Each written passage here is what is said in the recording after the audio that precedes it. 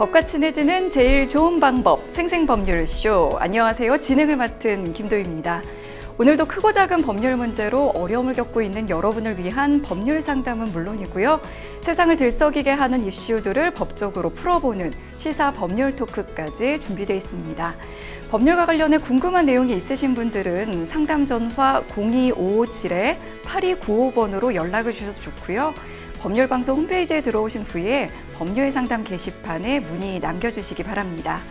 그리고 화면 아래 하단에 보이는 이메일로도 상담 문의를 받고 있습니다. 각 분야 전문 변호사가 무료로 성심성의껏 상담해 드리니까요. 많은 참여 바랍니다. 지금 이 방송은 유튜브를 통해서도 실시간으로 함께 방송되고 있습니다. 더불어서 많은 시청 부탁드리겠고요. 유튜브를 통한 소통의 창구도 활짝 열어두겠습니다. 자, 그럼 오늘 도움 말씀 주실 변호사님 소개해드리겠습니다. 법률사무소 이은혜 유기은 변호사 모셨습니다. 어서 오세요. 네, 안녕하세요. 시청자분들이 궁금해하시는 법률 지식을 확실하게 이어드리는 법률사무소 이은혜 유기은 변호사입니다. 오늘도 억울하고 답답한 분들께 명쾌한 상담, 유익한 상담 해주시길 기대해 보겠습니다. 그럼 오늘 접수된 상담 어떤 내용들이 있는지 미리 한번 살펴볼까요?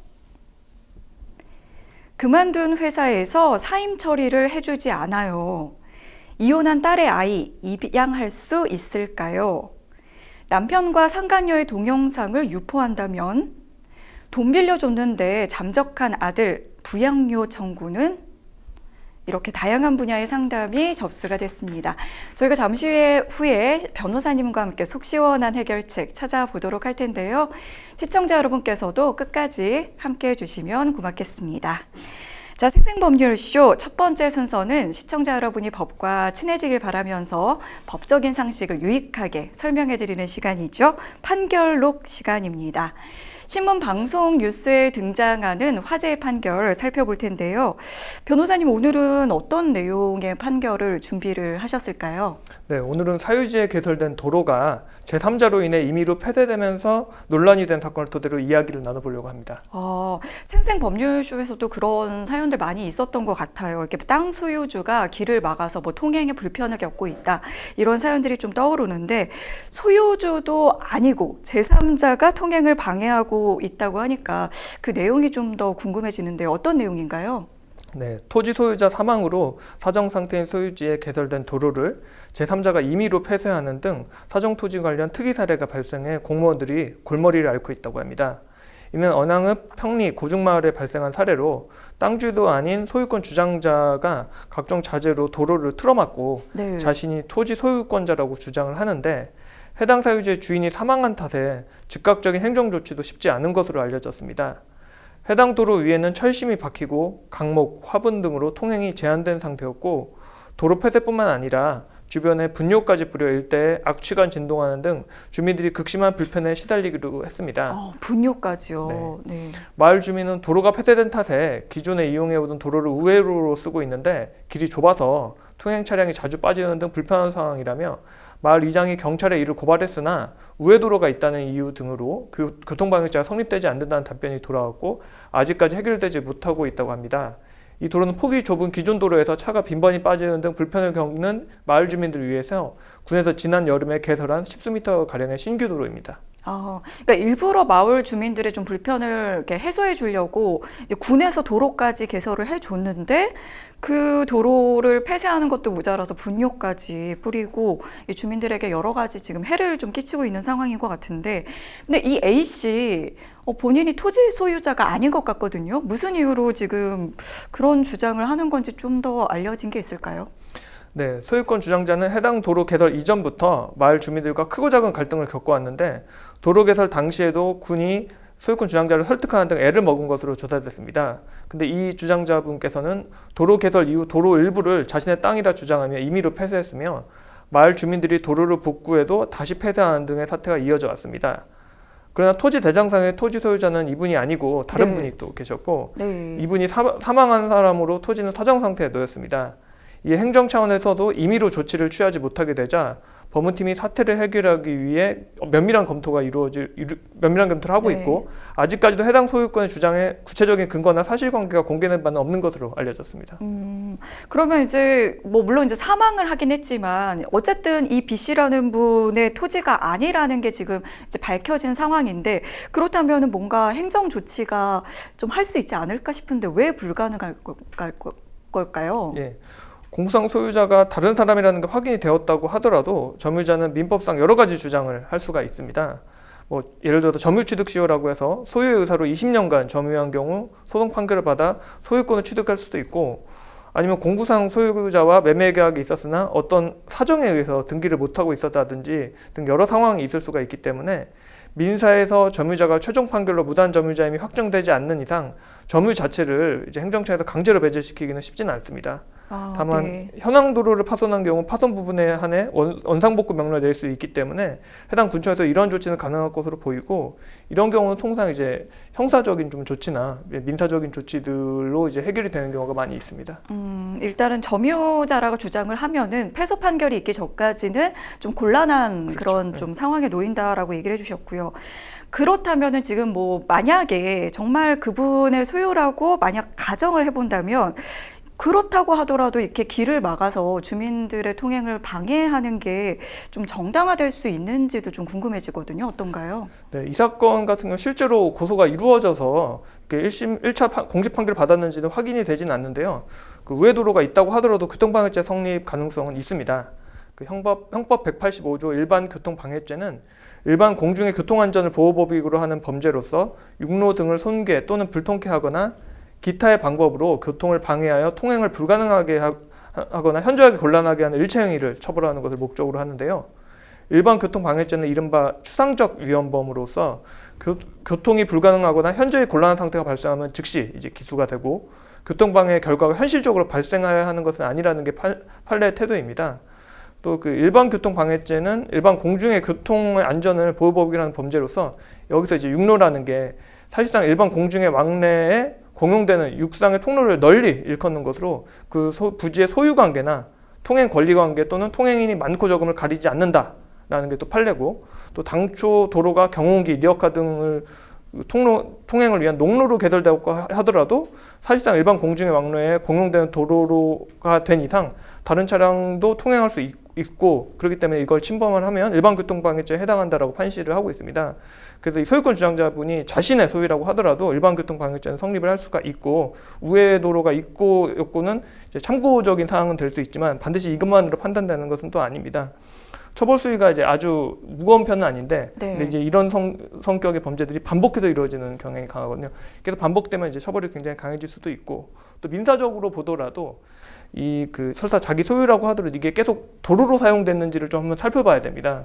그래서 우리 대법원은 그 소유권자 이제 배타적 사용 소유권 포기 법리라는 좀 독특한 법리를 지금 네. 전개를 하고 있는데 그래서 이제 내 땅이라도 이렇게 계속 도로로 사용된 정황들을 봐서 이 사용 소유권을 이미 소유자가 포기했다라고 그 해석하는 경우도 있습니다. 그러니까 오랫동안 그냥 이제 도로로 사용되게 내버려 뒀다면 그걸 좀 이제 포기했다고 보는 경우도 있다는. 네, 근데 꼭 거죠. 오랫동안만으로 보는 건 아니고 네. 처음에 이 도로가 어떻게 개설됐느냐를 아. 좀 이제 중요하게 좀 많이 봅니다. 네네. 그리고 그 뒤에 이제 소유권자가 어떻게 행동했는지도 보고 그런 종합적으로 좀 판단을 하고 있는데 여기 해당되면은 이제 그 내 땅이어도 거기 주차장으로 이렇게 막 마음대로 쓴다든가 자기가 마음대로 쓸 수도 없고 남이 이걸 점거하고 있는 거에 사용료를 징구하기도 굉장히 어려운 상황이 놓이게 됩니다.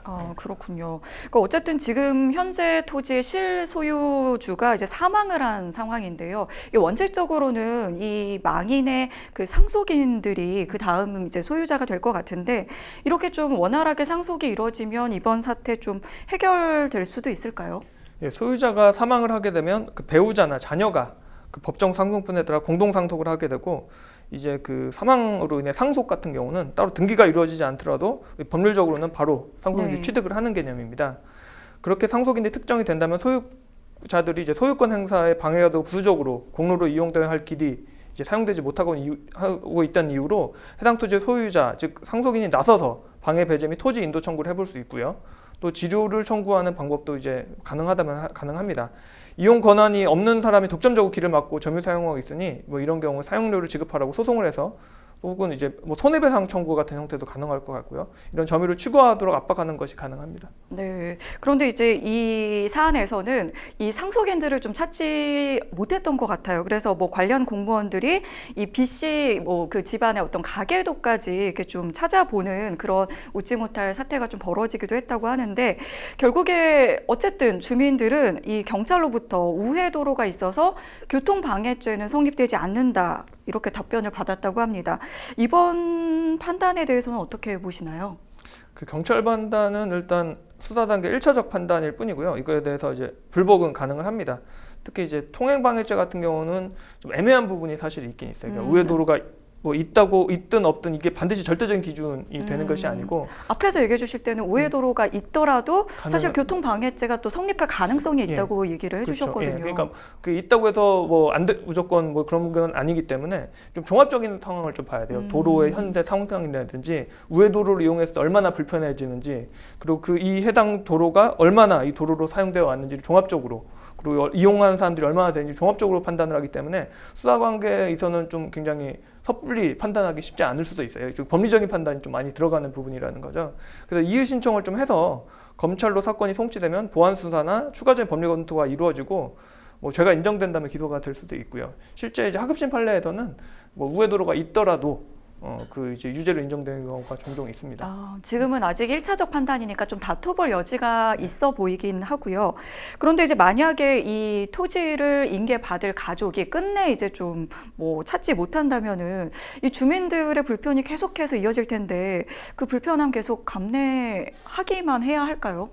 네, 일단은 형사적인 판단을 좀 기다려보는 게 좋을 것 같은데, 주민들의 경우 이분이 일반 교통방해죄로 처벌이 되었을 경우 이제 민사적으로는 또 불법행위로 바로 인정이 될 가능성이 높아요. 네. 그래서 우회로를 이용하는데 피해를 입고 있는 것이나 손해배상 청구 같은 걸 할 수가 있고, 뭐 형사적으로 단순히 뭐 교통방해죄뿐만 아니라 업무방해죄도 이제 실무상 같이 고소하기도 합니다. 이런 것도 이제 될 수가 있고, 또 이런 거에 인해서 발생한 자신들의 손해들을 좀 입증을 해서 뭐 손해배상이나 뭐 여러 가지 그런 민사상 조치들을 할 수가 있고, 또 통행 방해 금지 가처분을 좀 제기를 해서 실질적인 압박을 가하는 방법도 있습니다. 네, 실질적으로 지금 불편을 겪고 있는 부분을 좀 해소할 수 있는 방안까지 제시를 해주셨습니다. 지금까지 판결록 함께했습니다. 여러분은 지금 생생법률쇼를 시청하고 계십니다.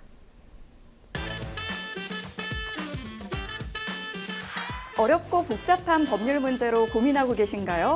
그렇다면 생생법률쇼가 도와드리겠습니다. 생생법률쇼에선 민사, 형사, 가사 등 각 분야 전문 변호사들이 매년 800여 건의 법률 문제를 속 시원하게 해결해드리고 있는데요. 그럼 무료로 법률 상담을 받을 수 있는 3가지 방법, 지금부터 소개합니다. 첫째, 02-557-8295번으로 전화해 법률 상담 신청을 한다. 둘째, 법률방송 홈페이지에 접속해 법률 상담 게시판에 사연을 올린다.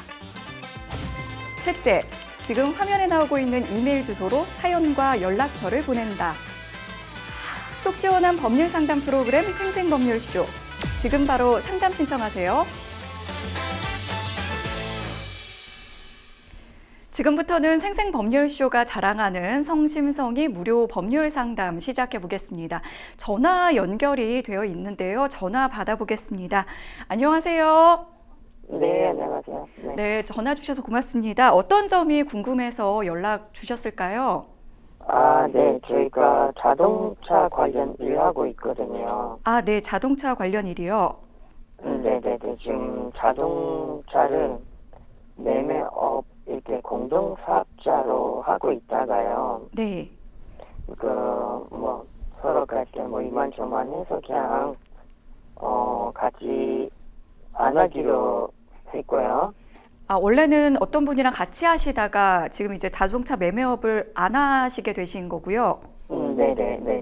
근데 이제 그쪽에서만 같이 안 하게 되는데, 네. 거기서 이제 저희가 사업자하고 사무실에서 다 이제 그냥 정리하고 이름 뺐거든요, 사업자에서. 네. 근데 매매업자 사업자는 그 매매 사원증 나와요.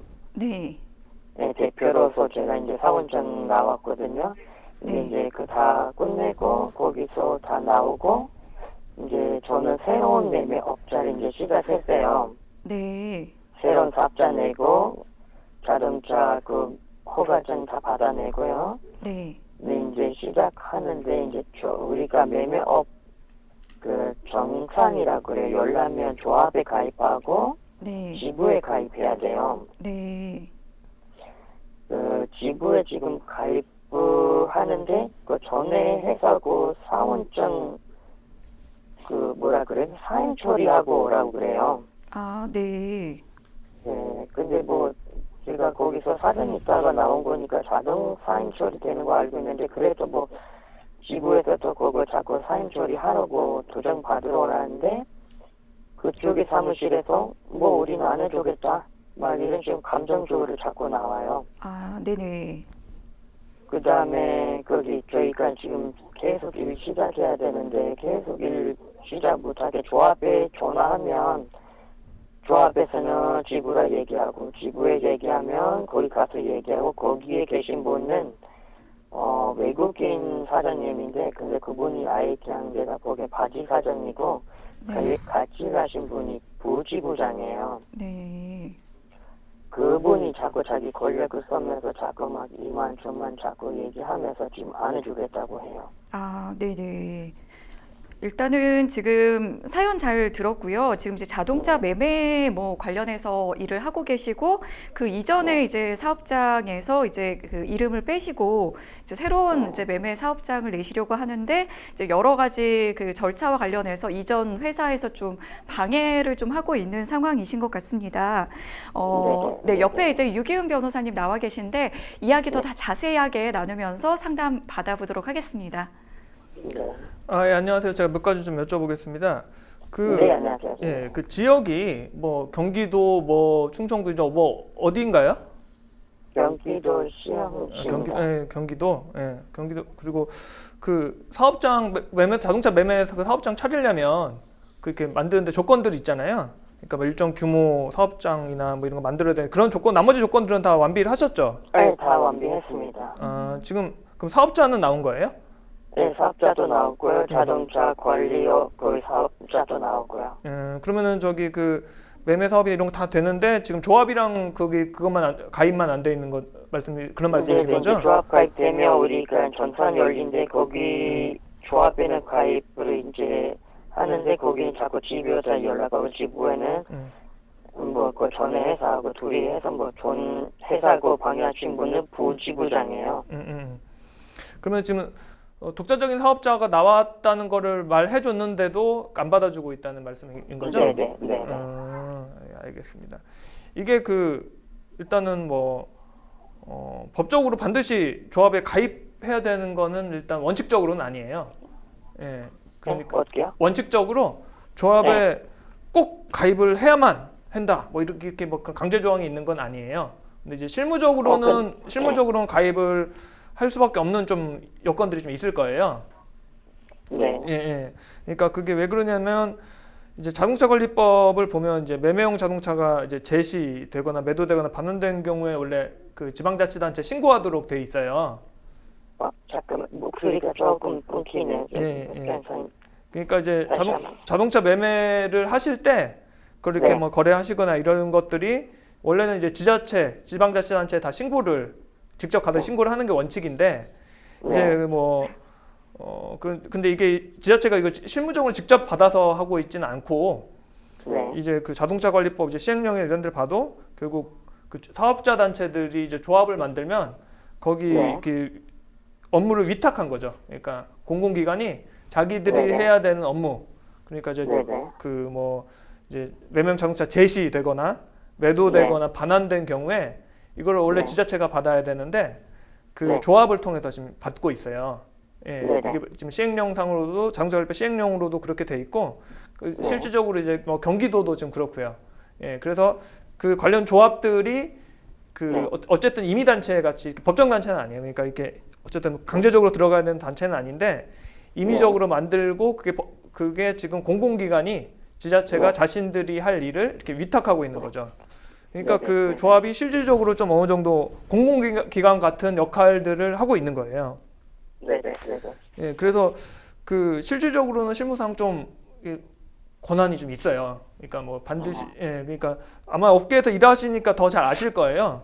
그러니까 조합이 뭐 지금 말씀하신 문제가 이게 사실은 이게 1, 2년 된 문제는 아니고 뭐 십수년 전부터 이제 관련 뉴스들도 많이 나고 관련 좀 민원들도 꽤 있는 사건 유형이에요, 이게. 근데 이게 한 번에 해결되기가 쉽지 않은 게 현실적으로는 이제 지방자치단체가 그 조합들의 업무를 위탁해서 처리를 하고 있고 조합이 그렇게 하다 보니까 조합에 반드시 가입해야 되는 건 아님에도 조합이 상당한 이제 그런 거 권한들을 휘두르는데 그 과정에 좀 남용되는 사례들이 이제 종종 발생을 하고 있어요. 그래서 뭐 그 조합 가입에 법적으로 가입할 그게 의무는 없더라도 조합이 지자체로부터 지금 어떻게 보면 공공기관 혹시 지자체의 사무 일부를 지금 민간 위탁을 받은 거잖아요. 그러니까 자기 회원으로 가입을 안 했어도 사실은 뭐 이렇게 각종 사무를 다 해줘야 돼요. 예, 그게 원칙인데 이걸 잘 안 해주는 거죠, 사실은. 그러니까 뭐 그렇게 안 해주고 이제 그냥 뭐 계속 방해하고 있고 계속 뭐 업무를 뭐 이렇게 못하게 하고 있어요. 예, 그렇죠. 그러니까 뭐 그것만 저 지금 같은 경우 조합 가입을 지금 잘 안 받아주고 있는 건데 뭐 가령 이제 가입을 안 한 상태에서 이제 매매를 실질적으로 하려고 할 때도 그 조합에 신고해야 되잖아요. 예, 그것도 잘 안 해주는 경우도 꽤 있어요. 자기네 그 조합원이 아니면. 또 뭐 거기 그 조합들이 운영하는 그 이제 매매 관련된 사이트들 있잖아요. 거기 매물 정보 같은 거 왔다 갔다 하잖아요. 그것도 이제 안 해주려고 그럴 거예요. 그러니까 그거는 그거는 이제 조합에서 자기들 돈으로 만든 거라 이거죠. 근데 그걸 안 하면 실무적으로 좀 굉장히 어려움이 있잖아요. 그래서 이런 차별 대우나 이런 것들이 좀 계속 좀 문제가 되고 있고, 그래서 또 역으로 또 이렇게도 해요. 그 수리 권한을 좀 내세워서 조합 가입 같은 걸 좀 강제를 역으로 하는 경우도 있고, 보증금 같은 어디에다가 요구해야 되나요? 그래서 이제 이런 것들을 이제 해결을 이제 하시려면 사실은 이제 제가 이제 약간 걱정되는 거는 이제 분쟁이 이제 좀 원만하게 해결되지 않았을 때 이게 좀 이렇게 약간 법보다 주먹에 가까운 느낌이 있는 영역이다 보니 좀 이렇게 좀 계속 목소리 조금씩네요. 죄송해요. 다시 한 번만요. 그래서 좀 이게 현실적으로 원만하게 해결될 수 있는 방법이 있으면 좀 그렇게 해결하는 게 가장 좋기는 해요. 왜냐면 저도 그렇게 원하고 싶은데. 근데 이제 왜냐면 이제 가입은 받아주더라도 나중에 또 이렇게 계속 불편함이 생길 수가 있어서. 근데 만약에 이제 계속 조합 가입을 받아주지 않으면 뭐 첫 번째 방법은 이제 지자체에 민원을 넣거나 지자체 쪽을 압박을 하는 방법이 있어요. 보통 이렇게 하면 해결이 어느 정도는 될 건데 대신 약간 조합 뭐 간부들하고 얼굴이 약간 붉힐 수는 있어요.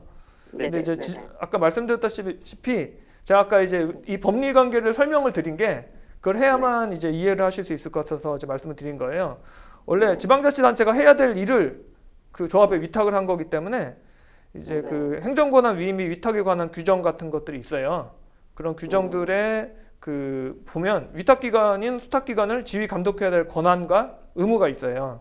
그리고 이게 실질적으로는 지금 공공기관 같은 역할을 하고 있는 거잖아요. 지금 조합이. 그러니까 그 조합의 일을 맡긴 사람이 감독을 할 수가 있고 해야 돼요. 지금 같은 경우는 좀 타당하지 않은 이유로 조합 가입을 이렇게 막고 있거나 이런 것들이잖아요. 그래서 이런 경우는 그 좀 민원을 제기하는 방법으로 하면 그런 의무가 있어요. 지금 같은 경우는 경기도청에 얘기를 하셔야 돼요.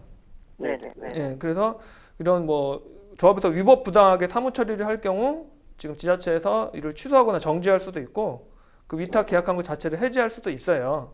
그리고 이제 아마 좀 1년에 한 번 이상은 감사도 하고 있을 거예요. 그래서 이제 뭐 경기도청 교통국이라든지 교통 담당 부서에 좀 민원을 좀 제기를 해서 해결하는 게 조금은 좀 더 빠른 방법이 될 수는 있어요. 대신 보통 이 정도 하면은 그래서 이제 그 경기도청에서 그 이제 그 해당 조합에 좀 어느 정도 이제 연락을 가면은 어느 정도는 해결이 되는 편일 거예요. 근데 이제 뭐 이렇게 해도 뭐 근데 뭐 빨리 해결이 안 된다.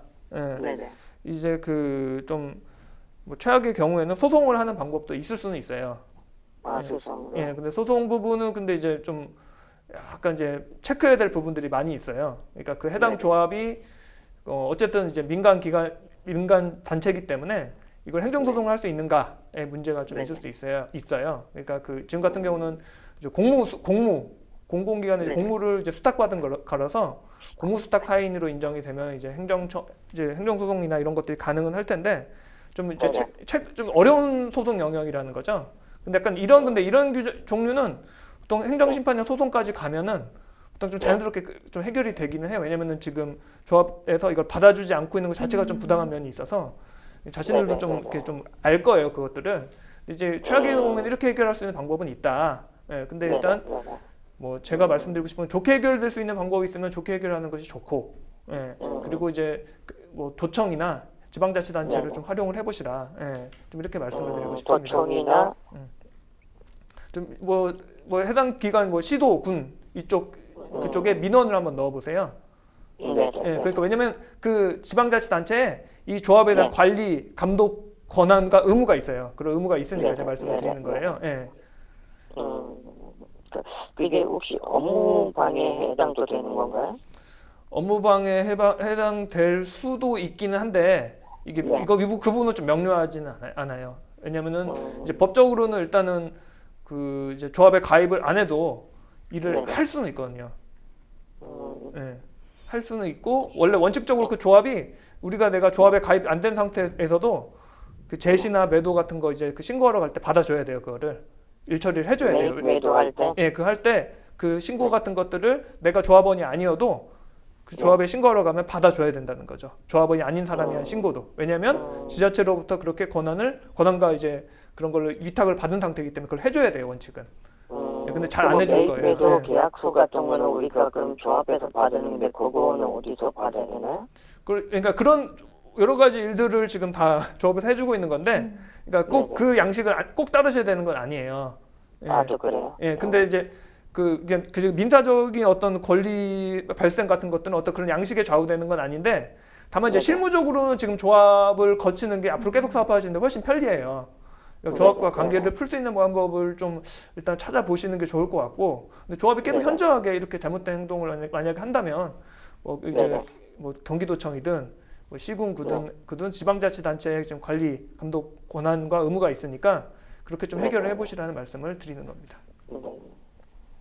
잘 알아들었습니다. 네, 저희 선생님 그 법률 방송 유튜브에 다시 보기가 나중에 올라가거든요. 그래서 오늘 이제 들으신 용어들 중에 아마 공무수탁 사인 이런 용어들은 사실 좀 일반 분들도 이렇게 좀 익숙하지가 않은 용어라서 나중에 좀 찾아보시거나 할 때 한번 다시 보기로 보시고 이 내용들 좀 뭔가 내가 놓쳤던 부분은 없는지 확인하시면 더 도움이 될 것 같습니다.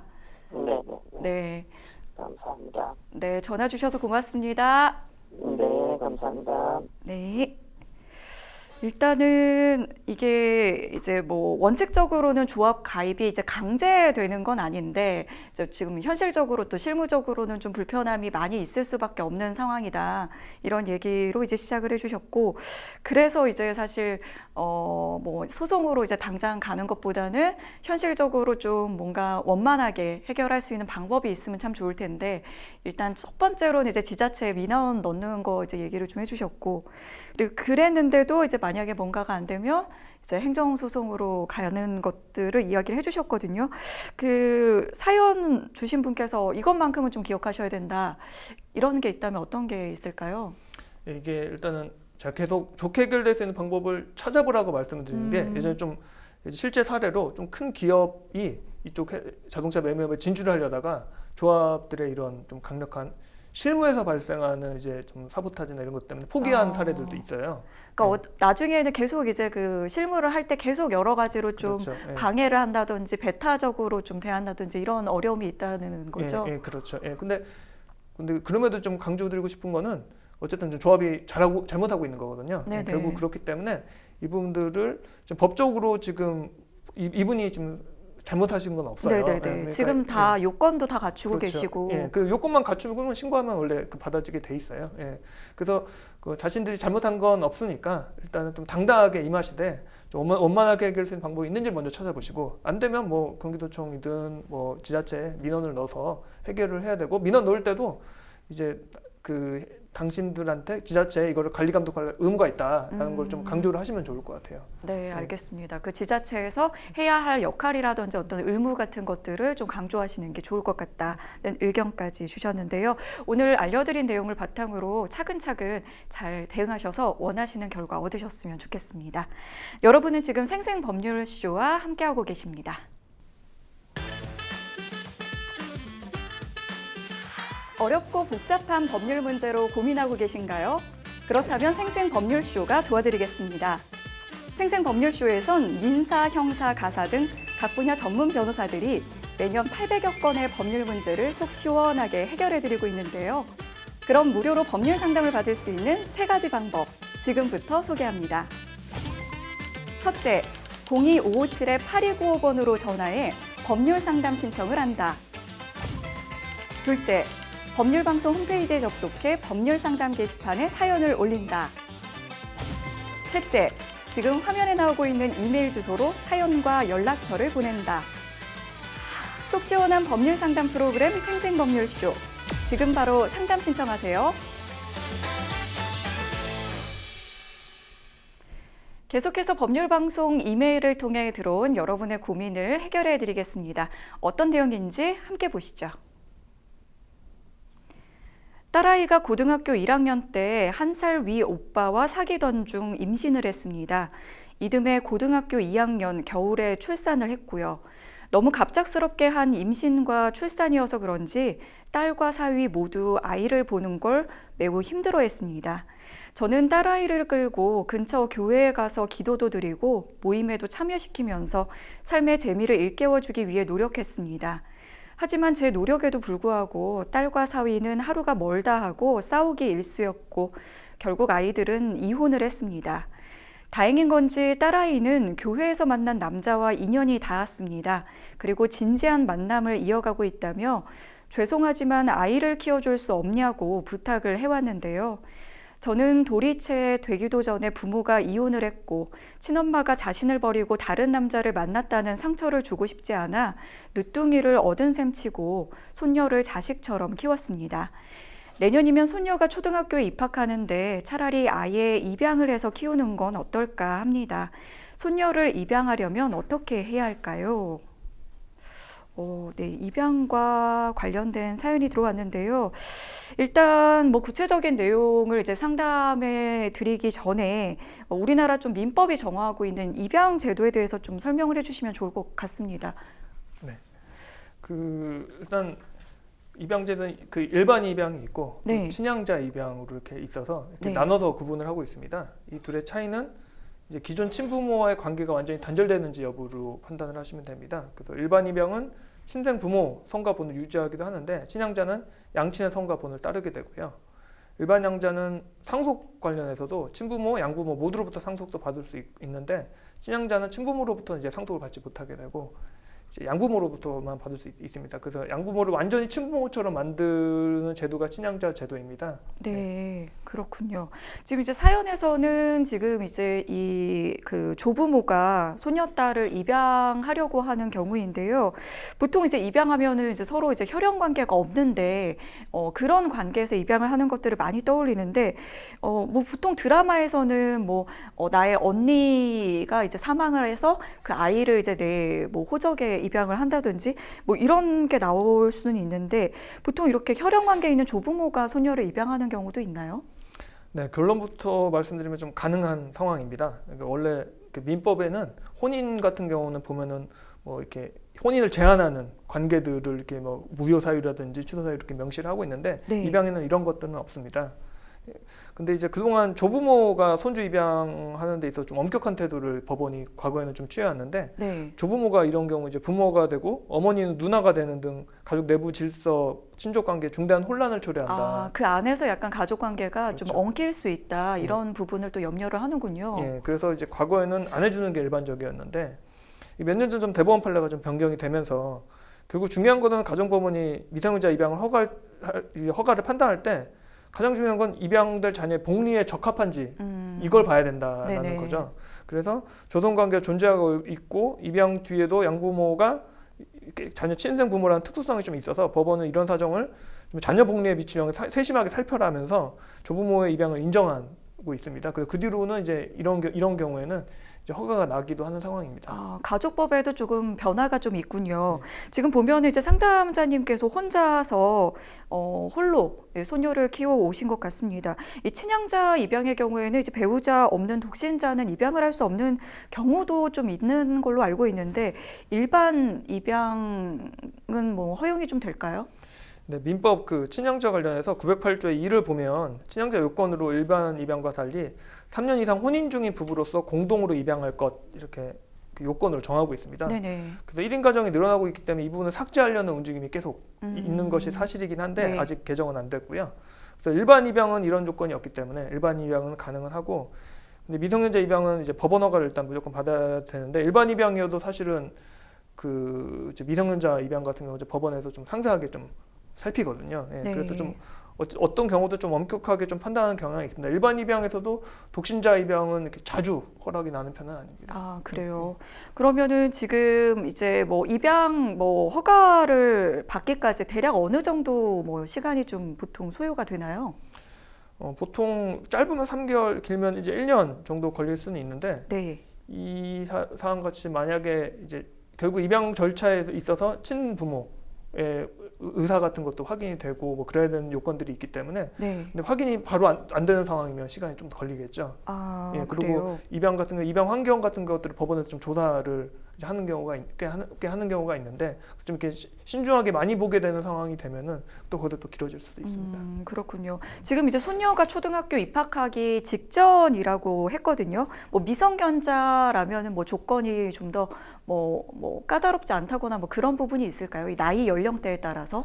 그 입양의 경우 그 친부모의 동의나 당사자의 승낙이 필요한데 13세 미만은 이제 당사자가 승낙을 이렇게 직접 할 수 있는 나이가 아니다 보니까 친부모가 이 승낙도 가름해서 승낙을 좀 받아야 되고, 네. 근데 이 경우는 어릴 때부터 조부모가 계속 길러왔기 때문에 일반적인 가정 환경 조사 같은 부분에서 큰 어려움이 있어 보이지는 않습니다.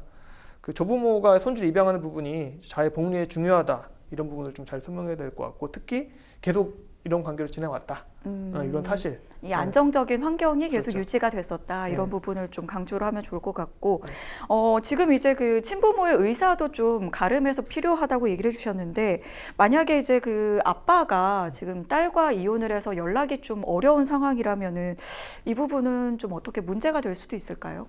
시간이 조금 더 걸릴 수는 있는데 가능은 합니다. 그러니까 네. 원칙적으로 동의가 필요한 게 원칙인데 아빠의 소재를 알 수 없거나 3년 이상 자녀에 대한 부양 의무를 이행하지 않은 경우, 기타 학대, 유기를 한 경우에는 동의가 없더라도 입양이 가능합니다. 네. 다만 이제 시간이 조금 더 걸릴 수 있다. 이렇게 말씀드리겠습니다. 네. 마지막으로 이 상담자님께 좀 어떤 부분을 좀 대응을 하면 좋을지 좀 조언 한 말씀 부탁드리겠습니다. 네, 일단은 그 지금 자녀가 굉장히 어리기 때문에 결국 법원이 가장 중요하게 보는 것은 자의 복리예요. 예, 그렇기 때문에 애를 내가 친부모처럼 이렇게 잘 키워왔다 그리고 이런 그 증거들 같은 것도 좀 확보해 놓는 것도 괜찮아요. 예, 그런 뭐 일기장이라든지 이런 것들도 관련된 소송이나 이런 법원 절차에서 꽤 좋은 증거로 사용되거든요. 그러니까 그런 것들을 잘 확보해 놓으시고, 친부모가 이게 직접 애를 키울 수 없는 상황이고 앞으로도 그렇게 될 수밖에 없다. 이런 점들을 잘 이제 소명을 하시면 뭐 큰 문제 없이 진행이 되리라 생각됩니다. 네. 이 가족법도 사실 이제 1인 가구의 어떤 변화에 따라서 계속해서 변화하고 있습니다. 그래서 이러한 내용들 잘 살펴보시고 자의 복리를 위해서 가장 이제 좋은 환경이라는 점을 강조하시면 또 원하는 결과 얻으실 수 있지 않을까 싶습니다. 계속해서 다음 이메일 사연 만나보도록 하겠습니다. 저는 중학생 남매를 둔 주부입니다. 그동안 남편이 이상에 촉을 세우고 있다가 얼마 전 외도 증거를 잡았습니다. 상간녀는 놀랍게도 제가 잘 알고 있는 지인이었는데요. 휴대전화에서 두 사람의 스킨십 동영상까지 확보했습니다. 남편의 외도가 확실해지니 정말 하늘이 무너지고 슬펐는데요. 남편에게 그 여자와의 관계를 물었지만 오히려 저를 울부증으로 몰았습니다. 두 사람의 동영상이 제게 있었지만 말하지 않았는데요. 남편은 적반하장으로 저의 울부증으로 인해 함께 살 수 없다며 이혼까지 요구했습니다.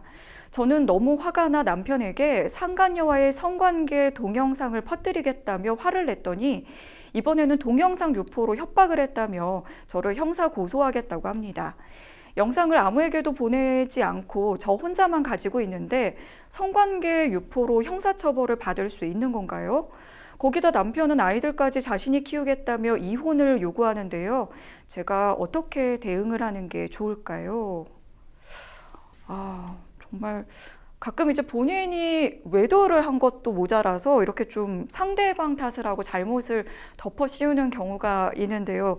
저는 이게 사연으로만 봐도 좀 화가 나는데 실제로는 어떠신가요? 근데 사실 변호사업을 하다 보면 네. 비일비재로 보게 되는 상황이긴 네. 하죠. 이렇게 이혼 같은 경우는 좀 완화되는 경향이긴 합니다만 여전히 유책주의가 유지가 되고 있기 때문에 상대방이 잘못이 있어야 또 이혼 청구할 수 있고 네. 그리고 또 이렇게 양육권에도 일정 정도는 영향을 줄 수도 있고 하기 때문에 꽤 흔하게 보게 됩니다. 또 이혼 소송 관련된 소송들이 특성이 집안에서 일어난 일이다 보니까 어떤 주장을 하더라도 뭐 증거가 없는 경우가 많아요. 그러니까 네. 사실은 뭐 극단적으로 아무 말 대잔치처럼 소송이 가는 경우도 사실은 없지 그렇죠. 않습니다. 그렇다고 집에 뭐 24시간 CCTV를 그렇죠. 돌릴 수도 없고요. 네. 참. 판사님이 거의 알아서 걸러서 들으시긴 하는데 네. 예, 뭐 소송 특성상 좀 그러면은 좀 어쩔 수가 없는 것 같습니다. 그러면 여기에서는 이제 남편의 외도를 좀 문제를 삼아서 이혼 청구도 하고 뭐 상간녀 소송까지 가능할까요? 예, 그렇죠. 이게 두 사람 모두를 피고로 이렇게 삼아서 소송할 수도 있고 또 이혼은 이혼대로 하고 따로 이렇게 소송을 할 수도 있습니다. 근데 이제 그 이혼을 하지 않고 상간녀 소송만 할 수도 있는데 네. 이 경우는 관할법원이 가정법원이 아니고 이제 일반 법원, 민사법원에 해야 되기 때문에 그것만 좀 주의하시면 됩니다. 네, 그렇군요. 지금 일단은 이제 상담자님도 좀 약간 마음에 좀 걸리는 부분이 있으신 것 같아요. 너무 이제 상대방이 당당하니까 이거 어떡하지? 이렇게 생각을 하신 것 같은데 일단은 남편에게 성관계 이 동영상을 퍼뜨리겠다 화가 나서 이렇게 말을 했거든요.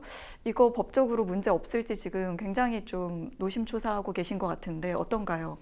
이게 좀 구체적인 워딩이나 상황을 좀 봐야 될 것 같아요. 그러니까 이것만 딱 보고 왜냐면 두 분이 부부잖아요. 그냥 화를 냈다는 것만으로는 네, 좀 그렇죠. 그냥 네. 화를 낸 건지 네. 아니면 진짜 이걸 협박을 한 건지 아니면 혹은 이제 바람 피지 말라고 하는 맥락에서 그냥 이게 경고 차원에서 한 말인 건지 아니면 구체적으로 이렇게 해악을 고지한 건지 이걸 좀 구분해서 봐야 될 것 같은데 그러네요. 예, 가능성이 근데 형사적으로 될 가능성이 뭐 제로는 아닌 것 같은데 좀 당시 상황을 좀 구체적으로 보고 해명을 하면 또 이렇게 형사적으로 비화가 안 될 수도 있을 것 같기도 하고 그렇습니다. 네, 그리고 이 동영상을 확보를 했다고 했는데 물론 약간 좀 생략이 돼 있지만 왠지 이제 휴대전화에서 지금 확보를 했다는 거 보니까 남편의 휴대전화에서 찾은 것 같아요, 동영상을. 이 부분도 좀 문제가 될 수 있지 않을까 싶거든요. 어떤가요? 경우에 따라 좀 문제가 될 수 있는데 뭐 정보통신망법이나 형법사 비밀침해죄, 통신비밀보호법 위반 등으로 처벌받을 수도 있고 처벌받는 경우가 간혹 간혹도 있어요. 있습니다. 예. 근데 이제 다만 비밀번호가 애초에 설정돼 있지 않으면 좀 형사적으로 문제가 안 될 수도 있고 실무적으로는 근데 또 그런 게 대부분 이제 남편의 뭐 불륜을 잡았다. 네네. 그러면은 대부분이 나는 처벌을 각오하겠다고 하시고 이렇게 증거 확보를 하시는 경우가 꽤 많아요. 그거는 각오하고 네. 이제 나는 각오 벌금 맞더라도 벌금 맞고 불륜을 잡겠다. 이런 태도를 취하시는 분이 19 이상이었던 것 같고 실제로 근데 이런 경우에는 실제로 이제 남편이 고소를 해서 처벌이 들어가도 그렇게 세게 처벌이 안 되더라고요. 부부관계이기 때문에 침해된 사생활 이런 게 굉장히 적잖아요. 예, 그리고 네. 특수한 상황 같은 게 있으니까 심지어 뭐 선고유예가에 나오는 경우도 꽤 있고 또 굉장히 노골적으로 사생활을 막 침해하거나 이런 경우가 아니면 처벌 정도는 사실 좀 그렇게 무거운 편은 아닙니다. 그렇군요. 그리고 지금 현재 아이들 양육권을 지금 이제 외도를 한 남편이 가져가겠다, 내가 아이를 키우겠다 이러고 있는 상황이거든요. 이 부분은 어떻게 될까요? 아까 그 입양 문제랑 이것도 마찬가지인데 네. 결국 법원이 핵심적으로 보는 건 자녀의 복리거든요. 예.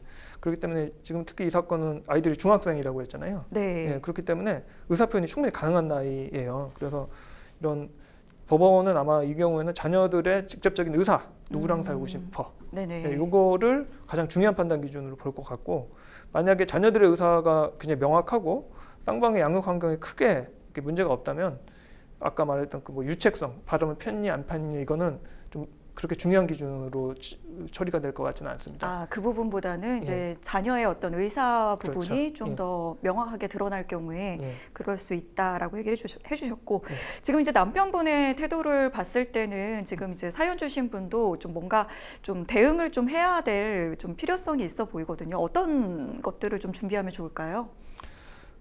일단 남편이 저렇게 나오는 거는 나중에 이혼 소송에서도 남편한테 좀 불리하게 작용할 가능성이 있습니다. 아, 네. 다만 이제 그 소송 자체는 그렇게 어려운 부분이 있는 건 아닌데 사실 증거를 잡는 게 더 어렵죠. 예, 증거를 증거 확보하는 게. 확보가. 왜냐면 부부간의 일이고 집안에서 일어나는 일들이고 사적으로 일어나는 일들이기 때문에 뭐 증거가 사실은 없는 게 더 일반적이잖아요. 그래서 뭐 카카오톡 대화든 문자 메시지든 아니면은 뭐 통화 녹음이든 그런 사실들이 있었다라는 자료들을 충분히 모아놓는 것들이 굉장히 중요하다고 생각됩니다. 또 가령 공용으로 쓰고 있는 자동차의 블랙박스라든지 이런 네네. 데서도 자료가 많이 나오거든요. 이런 자료들을 충분히 많이 확보를 해두는 것이 되게 중요합니다. 네, 결국에는 사실 이제 소송으로 가면은 증거 싸움이기 때문에 증거를 평소에 좀 차곡차곡 잘 모아두시는 것도 나중에 이제 법적 분쟁이 있을 때 좀 도움이 되지 않을까 싶습니다. 계속해서 마지막 이메일 사연 만나보겠습니다. 저는 65세 남자로 아내는 몇 년 전 세상을 떠났고 자식은 아들 하나입니다. 젊은 시절 일에 몰두하느라 가족과는 사이가 멀어졌고 아들과도 대면대면한 사이인데요. 그러던 중 어느 날 아들이 갑자기 찾아오더니 사업을 한다며 돈을 빌려달라고 했습니다. 아들이 어릴 때 잘해주지 못했던 부채감이 있었기 때문에 어떻게든 잘해주고 싶어서 정년 퇴직금을 줬습니다. 그런데 돈을 가져간 뒤로 아들은 뜸하게 연락을 하더니 1년 전부터는 제 전화를 전혀 받지 않고 있는데요. 그야말로 저는 빈털터리가 돼버렸습니다. 생활비가 부족해서 청소 일이라도 해보려고 했으나 얼마 전 계단에서 넘어져 그것마저도 불가능하기도 했습니다. 들리는 소식으로 아들은 사업에 성공해 꽤 높은 수익을 올리고 있다고 하는데요. 아들에게 부양료를 청구하고 싶은데 가능할지 궁금합니다.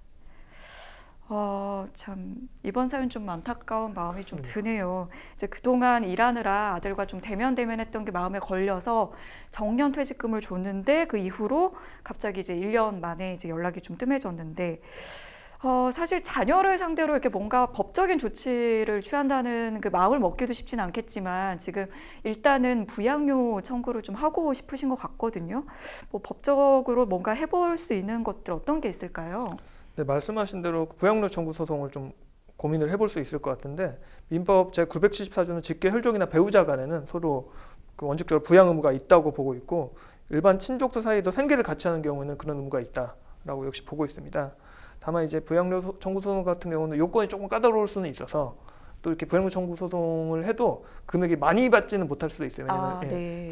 최소한의 생계 수준이기 때문에 이 경우 같은 경우는 돈을 빌려줬다는 거잖아요. 그리고 맥락상으로 보더라도 퇴직금을 받아서 이렇게 줬다는 거는 좀 다소 부자가 아니어도 약간은 이례적일 수 있어서 만약에 대화 내용이라든지 뭐 그런 내용들로 이게 대여금이다. 라는 거를 입증할 수 있으면 대여금 청구 소송을 자식한테 딸 수 아예 있으니까. 준 게 아니라 이게 그렇죠. 대여해 준 거다. 예, 이렇게 좀 돌려달라. 다퉈볼 예, 예. 만한 부분도. 그것도 또 그렇게 만약에 증거만 있으면 그렇게 하는 것도 괜찮을 것 같습니다.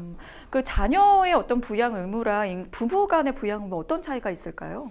1차적 부양 의무, 뭐 2차적 부양 의무 이렇게 구분하는데 부부간 부양 의무나 미성년 자녀에 대한 부모의 부양 의무는 이제 내가 먹는 것도 쉽게 말해서 이렇게 나눠줘야 되는 그런 1차적인 부양 의무고 콩 한 쪽도 나눠 먹어야 그렇죠. 된다 뭐 그런 네. 근데 이 사안 같이 이제 그 성인 자녀에 대한 부모의 부양 의무나 아니면 자녀의 이 사안 같이 부모에 대한 부양 의무는 2차적 부양 의무라서 일단 내가 먹고 사는 게 먼저 우선이고 그 다음에 이제 좀 형편이 어려워진 상황이 되시면 그분은 그 다음에 이제 부양을 이렇게 좀 이렇게 해줄 수 있는 2차적으로 좀 순위가 좀 밀리는 형태의 부양 의무라고 할 수 있습니다. 네, 저희가 시간이 이제 좀 빠듯하니까 바로 이제 또 그 질문을 드릴게요. 부모가 이제 자식에게 이렇게 부양료를 청구한 경우에 고려하는 기준들 뭐 어떤 게 있을까요?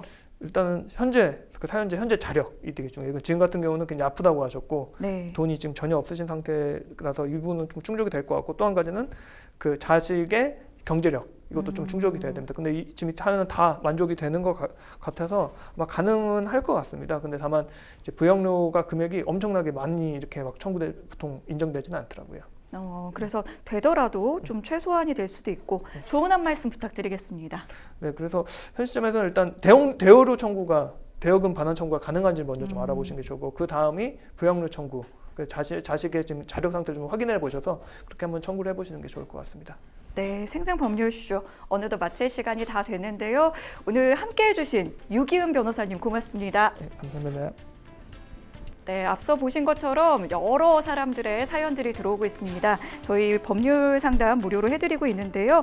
상담 전화 02-557-8295번으로 전화를 주셔도 되고요. 저희 홈페이지에 들어오시거나 이메일로도 사연 받고 있습니다. 각 분야 전문 변호사가 무료로 성심성의껏 상담을 드리니까요. 많은 참여 바라겠습니다. 저희가 준비한 소식은 여기까지입니다. 시청해주신 여러분 고맙습니다.